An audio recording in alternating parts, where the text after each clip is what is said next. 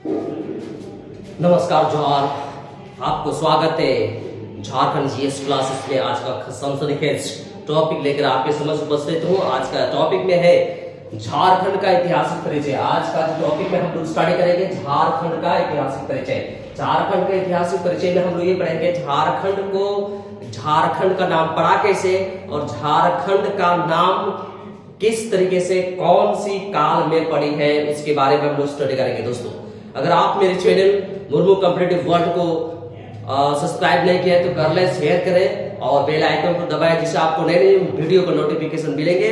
और मुझे उम्मीद है इस वीडियो को देखकर, इस तरह के वीडियो को देखकर आपके झारखंड जीएस या देश के जीएस के का आपका बहुत ज्यादा नॉलेज हो जाएंगे और जिससे आप कोई भी एग्जाम में अच्छी तरह से क्रैक कर सकते हैं, अच्छी तरह से लिख सकते हैं। धन्यवाद। मैं बिना विलंब किए मैं स्टार्ट करता हूं आज के टॉपिक में झारखंड का परिचय, झारखंड का ऐतिहासिक परिचय। तो सबसे पहले मैं आपको बता दूं झारखंड का नाम पड़ा कैसे। झारखंड का नाम कैसे पड़ा,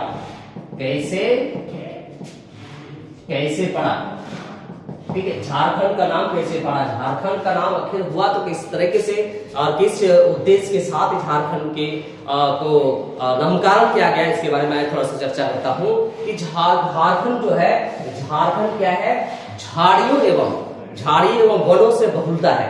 झारखंड क्या है, झाड़ियों एवं वनों, झारखंड ये क्या बहुलता है, क्या है, बहुलता है। झारखंड का नाम पड़ने का रीजन ये है कि झारखंड जो है झाड़ियों का प्रदेश है, वनों का प्रदेश है और इसका बहुत ज्यादा बहुलता होने के कारण इसे झारखंड का नाम पड़ा। जैसे आपको झारखंड, झाड़ मतलब क्या हो जाएगा, झारखंड का मतलब होता है जंगल झाड़ी और खंड का मतलब हो गया भूमि, खंड का मतलब भूमि। इसी कारण झारखंड का नाम यह जंगल झाड़ी और वन भूमि होने के कारण ही झारखंड का नाम पड़ा। ठीक है दोस्तों, तो इसमें सबसे बड़ी चीजें ये समझना है कि विभिन्न नामों से झारखंड को पुकारा जाता है। विभिन्न नामों से झारखंड से विभिन्न काल में बहुत सारे विभिन्न काल में झारखंड का नाम जो है वो अलग अलग है, ठीक है, अलग अलग झारखंड का नाम पड़ा हुआ है। ठीक है, तो मैं सबसे पहले आपको ये बता दूं कि झारखंड का कौन सी काल में, कौन सी ग्रंथ में क्या बताया गया है, इसके बारे में चर्चा करेंगे। सबसे पहले हम लेते हैं ऐत्रेय ब्राह्मण, ठीक है। ऐत्रेय ब्राह्मण में झारखंड का नाम क्या दिया गया है।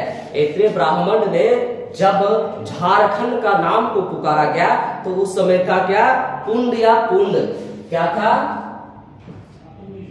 पुंड या पूर्ण प्रदेश, ठीक है। तो ऐत्रेय ब्राह्मण में झारखंड का नाम क्या बताया गया, पुंड या पूर्ण प्रदेश के नाम से जाना जाता था, ठीक है। दूसरा, अगर हम देखते हैं कि झारखंड का ऋग्वेद में, अगर ऋग्वेद में झारखंड का नाम देते हैं तो ऋग्वेद में क्या कहा गया है, ऋग्वेद में कहा गया है कीकट प्रदेश। क्या कहा गया है, कीकट प्रदेश, ठीक है। तो झारखंड का नाम ऋग्वेद में जब आप देखेंगे तो झारखंड का नाम क्या पड़ा है, झारखंड का नाम पड़ा है कीकट प्रदेश, झारखंड का नाम कीकट प्रदेश पड़ा है, ठीक है। नेक्स्ट आपका जो ग्रंथ है अथर्ववेद, क्या है, ग्रंथ है अथर्ववेद। अथर्ववेद में झारखंड का नाम क्या पड़ा है, सब जगह पे सब ग्रंथ के अनुसार अलग अलग है।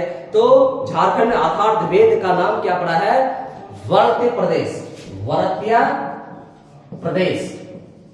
ठीक है, वर्त्य प्रदेश में। अथर्ववेद में झारखंड का नाम वर्त्य प्रदेश रखा गया है, ठीक है। ऋग्वेद में कीकट प्रदेश के नाम से जाना गया है। इसी प्रकार झारखंड का जो वायु पुराण में देखते हैं तो वायु पुराण में क्या है, तो झारखंड का वायु पुराण, अगर हम वायु पुराण में देखेंगे तो झारखंड का नाम क्या पड़ा है, झारखंड का नाम पड़ा है मूरंड। क्या नाम है, मूरंड नाम से वायु पुराण में जब हम देखेंगे तो झारखंड का नाम को दिया गया है, क्या दिया गया है, वायु पुराण में मोरंड नाम दिया गया है, मोरंड नाम दिया गया है। नेक्स्ट आपका है कि समुद्रगुप्त के प्रशस्ति, समुद्रगुप्त के प्रशस्ति में अगर झारखंड को देखते हैं तो झारखंड को समुद्रगुप्त के प्रशस्ति में क्या कहा गया है, मोरंड प्रदेश, क्या, मोरंड प्रदेश का नाम दिया गया है। यानी कि झारखंड का नाम समुद्रगुप्त के प्रशस्ति के अनुसार अगर देखते हैं तो झारखंड का नाम मोरंड पड़ा है, मोरंड पड़ा है। ठीक है दोस्तों, नेक्स्ट आपका जो पॉइंटर है कि झारखंड का नाम इसमें क्या पड़ा कि चैप्टर में मैं आपको बता दूं कि विष्णु पुराण में झारखंड को क्या, विष्णु पुराण में जो झारखंड का नाम पड़ा है वो क्या पड़ा है, मुंड, क्या पड़ा है, मुंड। तो झारखंड का नाम विष्णु पुराण में क्या पड़ा है, मुंड पड़ा है।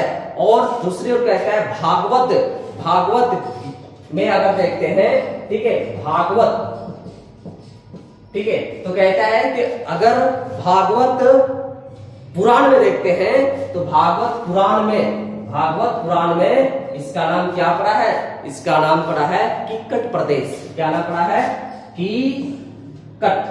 किक्कट प्रदेश। ठीक है, तो झारखंड का नाम भागवत पुराण में देखते हैं तो किक्कट प्रदेश के नाम से जाना जाता है।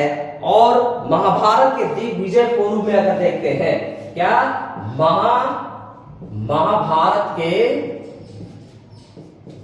दिग्विजय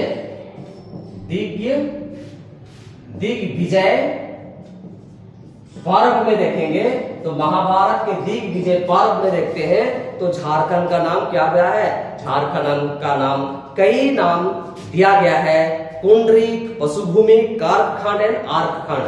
ठीक है, तो झारखंड का महाभारत में अगर देखते हैं, महाभारत दिग्विजय में देखते हैं तो कई नाम उसका दिया गया है। पहला हो गया पुंडरीक, ठीक है, पुंडरीक प्रदेश कहा गया है। दूसरा दिया गया पशुभूमि, तीसरा क्या है, कर्कखंड, और चौथा दिया गया है आर्कखंड, क्या गया है, आर्कखंड के नाम से दिया गया है, जाना जाता है। यानी कि अगर आप महाभारत के दिग्विजय पर्व में देखेंगे तो झारखंड का 4 रूप दिया गया है, पुंडरीक, पशुभूमि, कर्कखंड एंड आर्कखंड। इतना सारे नामों से जाना जाता है, कहा, महाभारत के दिग्विजय पर्व में, महाभारत के दिग्विजय पर्व में इतना नाम दिया गया है, इतना नाम के नाम से जाना जाता है। ठीक है, नेक्स्ट कहता है कि झारखंड को पूर्व मध्यकालीन सांस्कृतिक साहित्य में क्या कहा गया, झारखंड को पूर्व मध्यकालीन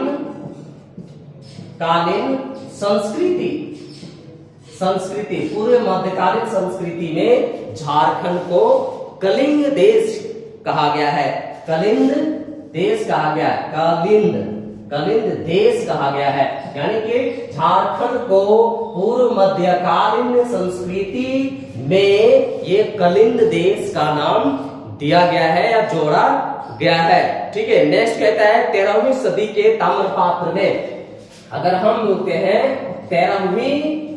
13वीं सदी के ताम्रपात्र में, 13वीं सदी के ताम्रपात्र में झारखंड का नाम क्या है, 13वीं सदी के ताम्रपात्र में झारखंड का नाम झारखंड ही रखा गया है, क्या है, झारखंड का नाम झारखंड के नाम से ही पुकारा गया है। किसमें, 13वीं सदी के ताम्रपात्र में देखेंगे तो झारखंड का नाम झारखंड ही लिखा गया है।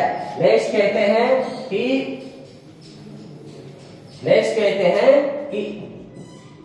तारीख ए फिरोजशाही में,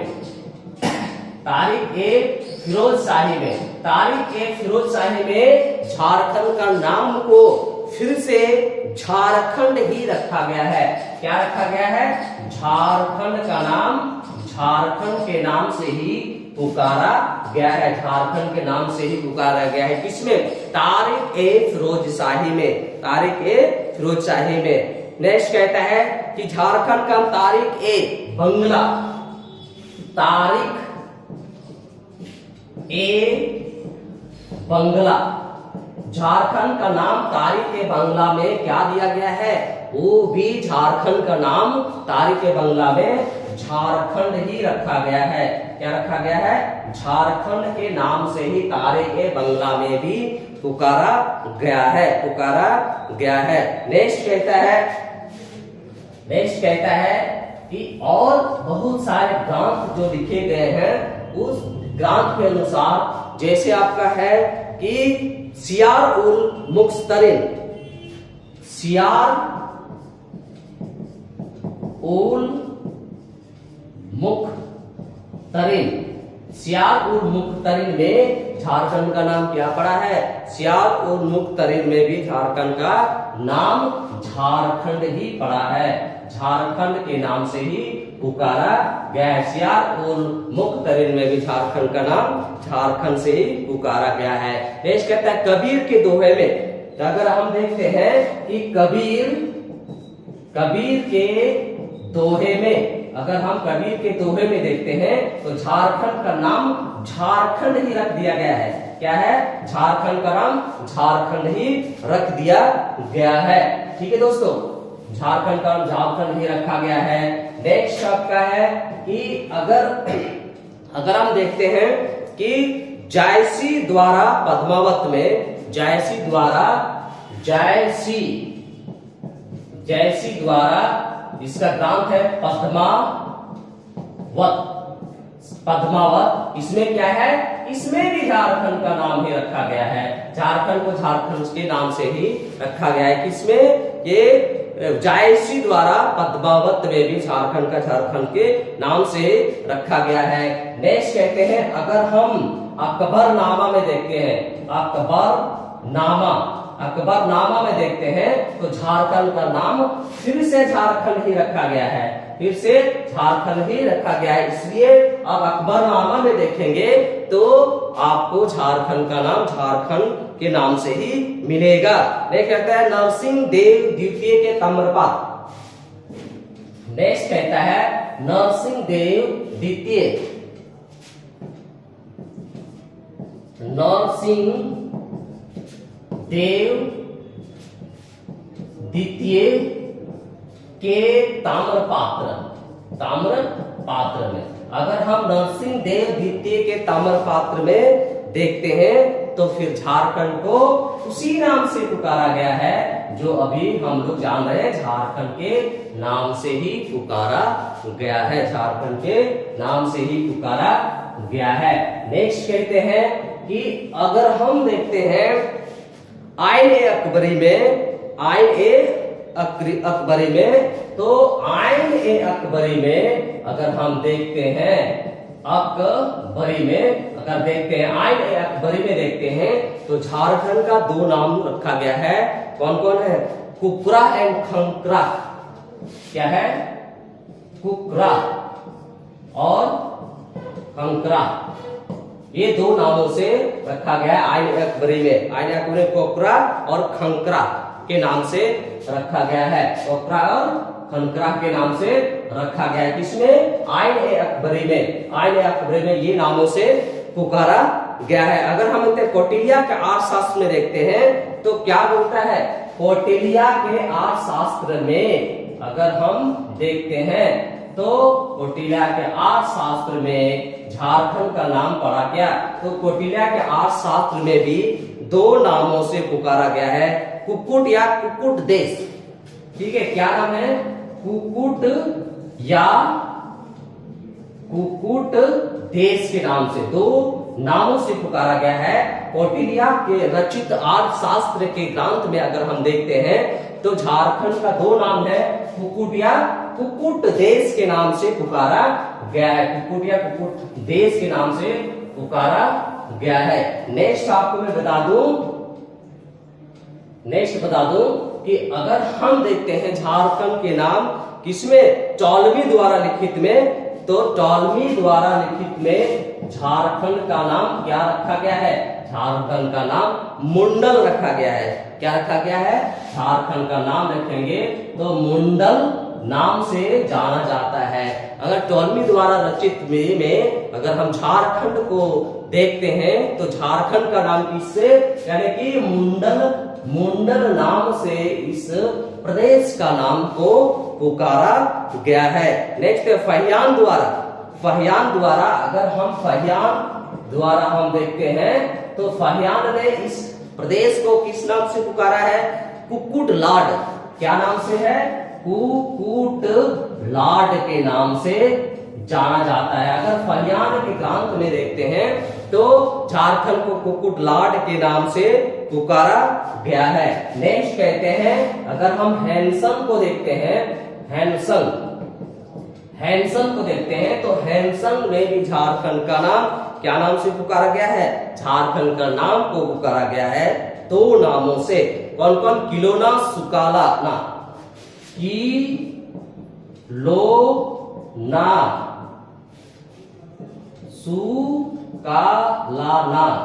किलोना सुकालाना इस नाम से पुकारा गया है।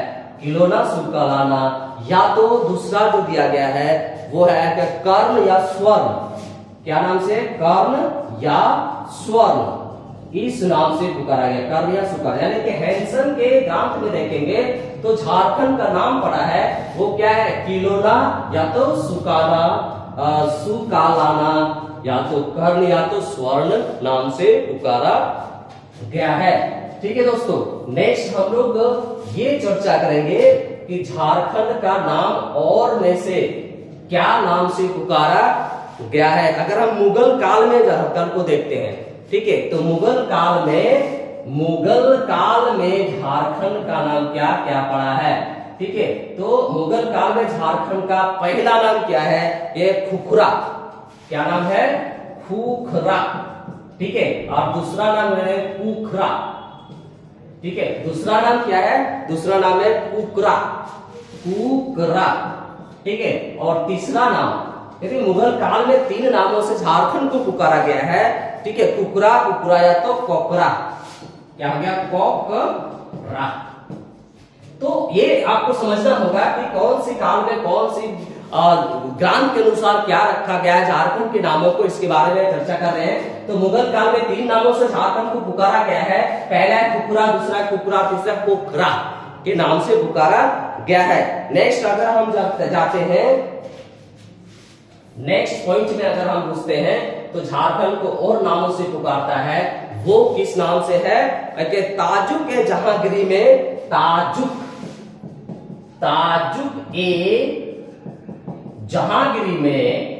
ताजुक ए जहांगीरी में झारखंड का नाम जो रखा गया है वो क्या है? खोखरा। क्या नाम से रखा गया है? खोखरा। ठीक है, तो ताजुक ए जहांगीरी में झारखंड का नामकरण जो किया गया है वो है खोखरा नाम से किया गया है। और दूसरा कहता है कि जब भारत में ईस्ट इंडिया कंपनी 1600 ईस्वी में आए तो उन्होंने भी झारखंड का अपना नाम दिया है। तो ईस्ट इंडिया कंपनी में अगर हम देखते हैं ईस्ट इंडिया कंपनी में झारखंड का नाम जो रखा गया वो झारखंड का नाम क्या है? वो है छोटा नागपुर। क्या है? छोटा नागपुर के नाम से जाना जाता है। तो ईस्ट इंडिया कंपनी में इस नाम से पुकारा गया है। ठीक है दोस्तों, ठीक है, तो इस तरीके से अगर आप फिर से देखते हैं कि झारखंड प्रदेश का सर्वप्रथम अगर प्रमाण मिलता है साहित्य लेख में तो इतने ब्राह्मण में मिलेगा। तो कहते हैं झारखंड प्रदेश का साहित्य में अगर देखते हैं तो सबसे पहले किसमें मिलेगा हमको? ऐतरेय ब्राह्मण में देखने को मिलता है। ऐतरेय ब्राह्मण में देखने को मिलता है। अगर हम कहते हैं साहित्य स्रोत के अंतर्गत झारखंड के नाम को अगर हमको ढूंढना है तो सबसे पहले किसमें मिलेगा? सबसे ऐतरेय ब्राह्मण में जो ग्रंथ है उसमें देखने को मिलता है, दूसरी ओर कहता है झारखंड का प्रमाण, झारखंड का प्रमाण अगर हम देखते हैं, झारखंड का प्रमाण यानी कि सच अगर हम देखेंगे तो झारखंड का प्रमाण जब हम देखते हैं तो पुरातात्विक प्रमाण में अगर हम जाए तो 13वीं शताब्दी के ताम्रपात्र में मिलेगा। ठीक है, तो 13वीं शताब्दी के किसमें मिलेगा? ताम्रपात्र में। ठीक है, ताम्रपात्र में झारखंड का नाम हमको देखने को मिलेगा। ठीक है दोस्तों, नेक्स्ट कहता है कि झारखंड में सबसे पहले किसने राज किया और कितने दिनों तक राज किया, इसके बारे में हम चर्चा करेंगे। तो सबसे पहले कहता है प्राचीन काल में गुप्त शासक या गौड़ शासक। प्राचीन काल में कौन कौन था? गुप्त शासक और दूसरा है गौड़ शासक, गौड़ शासक। ठीक है, इसका क्या नाम था? संसक। क्या नाम था? संसक। ठीक है, झारखंड में प्राचीन काल में गुप्त शासक गौड़ शासक जिनका नाम था संसक ने झारखंड में सर्वाधिक समय तक राज किया है। ठीक है, सबसे ज्यादा क्या बोलता है? सबसे ज्यादा शासन किया है, शासन व्यवस्था सबसे ज्यादा किसने? गौड़ शासक ने किया है। ठीक है, लंबे समय तक इसने झारखंड पर राज किया। तो प्राचीन काल के गुप्त शासक गौड़ शासक के संसक जो है वो आपका झारखंड के भीतर कई दिनों तक राज किया, बहुत लंबे समय तक इनका राज चला है, इनका राज चला है। ठीक है दोस्तों, तो नेक्स्ट कहता है कि झारखंड मध्यकाल में, झारखंड में कहते हैं मध्यकाल में अगर हम देखते हैं, मध्यकाल में झारखंड में कौन कौन आए? मध्यकाल में जब मध्यकाल हुआ तो झारखंड में क्षेत्रीय राजवंश आए। कौन कौन आए? क्षेत्रीय राजवंश। ठीक है, क्षेत्रीय राजवंश का उदय हुआ। ठीक है, कहता है कि मध्यकाल में जब झारखंड में मध्यकाल आया तो झारखंड में क्षेत्रीय राजवंश वहां पे उदय हुआ और वो राज करना प्रारंभ कर दिया। इसी तरह कहता है कि हैंसन के काव्य में, हैंसन के ग्रंथ में या हैंसन के अनुसार झारखंड को या झारखंड प्रदेश को या किस नाम से जाना गया और कौन सी क्षेत्र में क्या नाम से जाना जाता है। तो कहता है झारखंड जब हैंसन था उसमें राजमहल क्षेत्र पहला था, राजमहल क्षेत्र पहला क्षेत्र था, राजमहल क्षेत्र। इसको क्या नाम से रखा गया?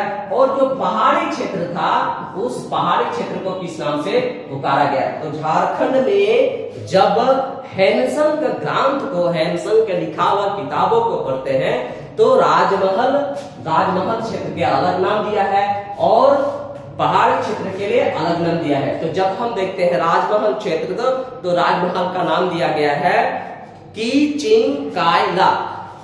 क्या नाम दिया है? कीचिंकायला,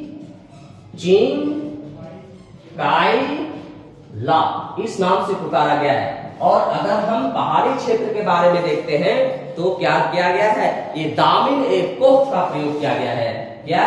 दामिन ए कोह। ठीक है, दामिन ए कोह के नाम से पुकारा गया, यानी कि हैंसन के द्वारा लिखित किताब में जब हम देखेंगे तो झारखंड के दो अवस्था यानी कि राजमहल क्षेत्र को, तो राजमहल क्षेत्र को किसके नाम से पुकारा है?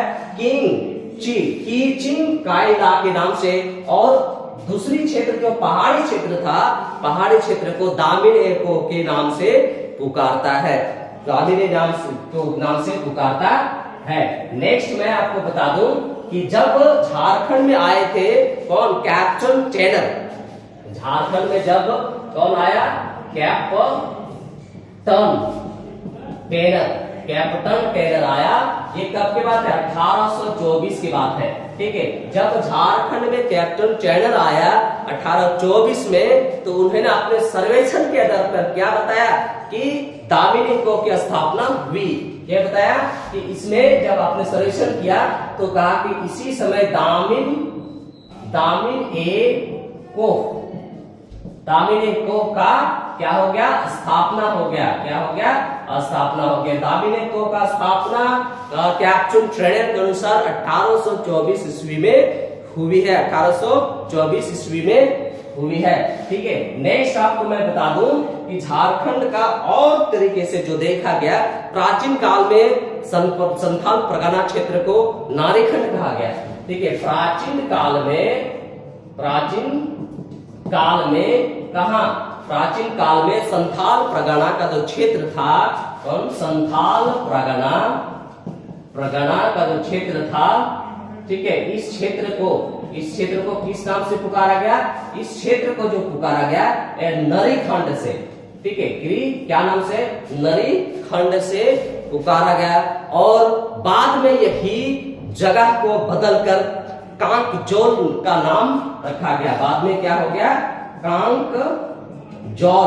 कांकजोल का नाम रखा गया। प्राचीन काल में संथाल परगना का क्षेत्र को नारीखंड से जाना जाता था। बाद में इसी नारीखंड के नाम को, इस संथाल परगना के नाम को ही काकजोल के नाम से बदल दिया गया, काकजोल के नाम से बदल दिया गया।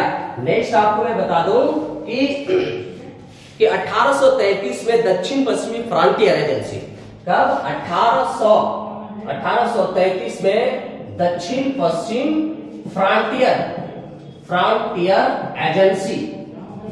एजेंसी है ना। तो 1833 में फ्रंटियर एजेंसी, दक्षिण पश्चिमी फ्रंटियर एजेंसी ने, ठीक है, क्या कहता है कि इस एजेंसी का मुख्यालय विल्किसनगंज रखा गया। फ्रंटियर एजेंसी जब रखा गया तो विल्किसनगंज, क्या क्या, 1833 में दक्षिण पश्चिम फ्रंटियर एजेंसी का जब स्थापना किया गया तो उसका मुख्यालय कहाँ किया गया, विल्किसनगंज। ठीक है, क्या नाम रखा गया, विल्किसनगंज,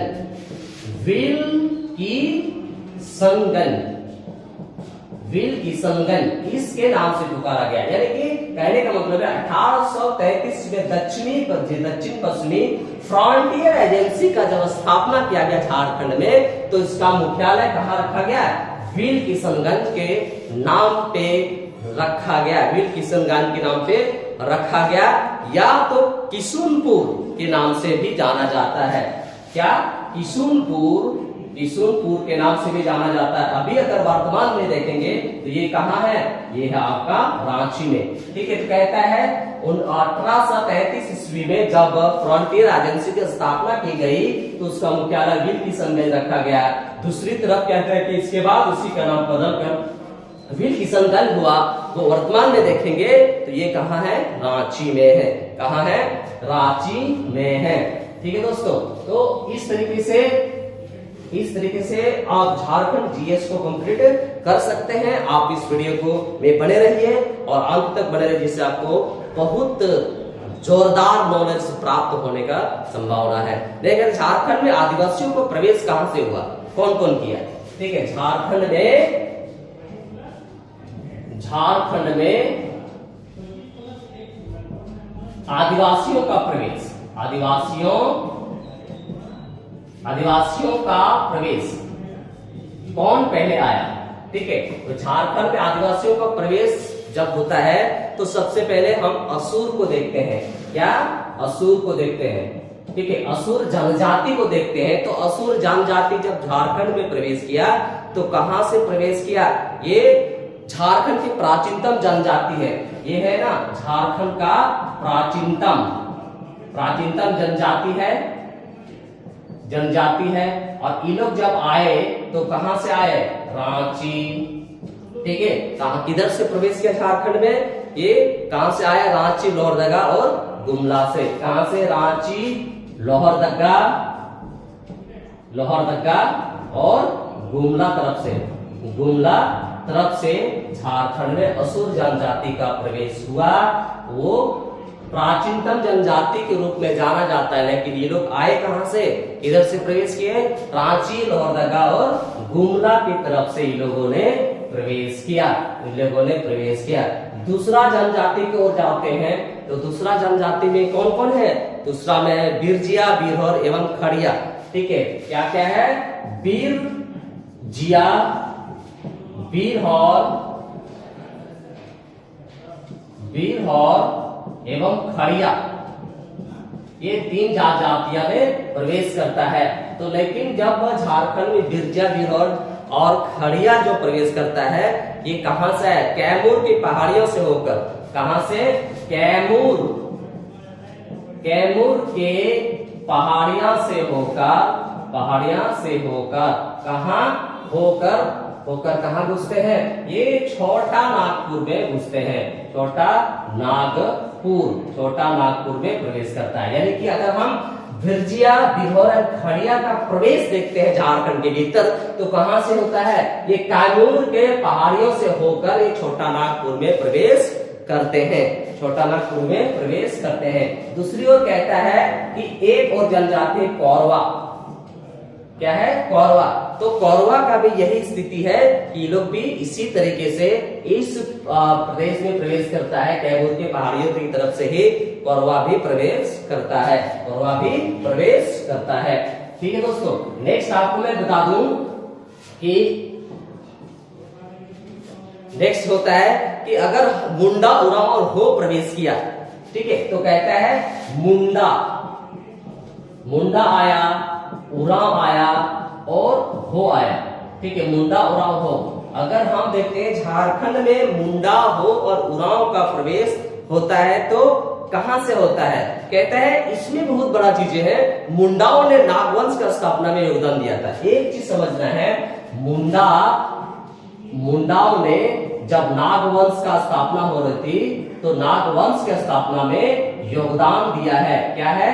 बहुत बड़ा योगदान है। ठीक है, तो मुंडाओं ने जब नागवंश का स्थापना हो रही थी, तो मुंडाओं ने काफी अपना योगदान दिया है। ठीक है दोस्तों, नेक्स्ट कहता है उरांव जनजाति में झारखंड राज्य तथा पलामू नामक दो शाखाओं में बसे हुए हैं। कहता है उरांव को अगर देखते हैं, उरांव दो शाखाओं में बसे हुए। एक है राजमहल में पहला और दूसरा। ठीक है, राजमहल में पहला राजमहल में उन है और दूसरा पलामू में है। कहां पे? पलामू में है। ठीक है, कहता है कि अगर हम उरांव जनजाति को देखते हैं तो झारखंड में इसी तरह प्रवेश किया, लेकिन इसका जो शाखाएं हैं, दो शाखाएं में विभाजित है। पहली शाखा कहाँ है? राजमहल में, और दूसरी शाखा कहाँ है? पलामू क्षेत्र में निवास करती है। ठीक है, नेक्स्ट आपको मैं बता दूं कि झारखंड के भीतर जब चेरो, खरवार और संथाल आया, चेरो आए, दूसरा खरवार और संथाल जब घुसा, ठीक है, ये तीन जातियां जब झारखंड के भीतर घुसा, तो ये कहा? कहता है 1000 ईस्वी पूर्व में चेरो, खरवार और संथालों को छोड़कर झारखंड में पाए जाने वाले सभी जनजातियां छोटा चुप बस चुके थे। कहता है 1000 ईस्वी पूर्व में देखते हैं। ठीक है, तो इन तीनों जनजाति के अलावा सभी जनजाति झारखंड में बस गए थे, झारखंड में बस चुके थे, है ना, झारखंड में बस चुके थे। तो चेरो, खरवार और संथाल को छोड़कर अगर 1000 ईस्वी पूर्व में देखते हैं, तो वो सारे जनजाति, इसको तीनों को छोड़कर सारे जनजाति बस चुके थे। नेक्स्ट कहता है पूर्व मध्यकाल में, नेक्स्ट पॉइंटेड है कि पूर्व मध्यकाल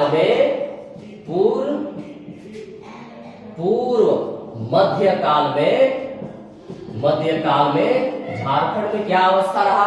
पूर्व मध्यकाल में झारखंड में कहां था? संथाल परगना में, संथाल हजारीबाग में बसे, और ब्रिटिश काल में संथाल विशाल परगना में हुआ। कहता है कि पूर्व मध्यकाल में संथाल कहां बसा? पहले हजारीबाग में, ठीक है, और दूसरा इसके बाद जो ब्रिटिश काल आया, 1680 आए, ब्रिटिश काल में यही लोग कहां गए? संथाल परगना, यानी कि संथाल परगना में इसका क्षेत्र बढ़ा, संथाल परगना में इसका क्षेत्र बढ़ गया। ठीक है, तो कहने का मतलब पूर्व मध्यकाल में संथाल जो था कहां था? हजारीबाग में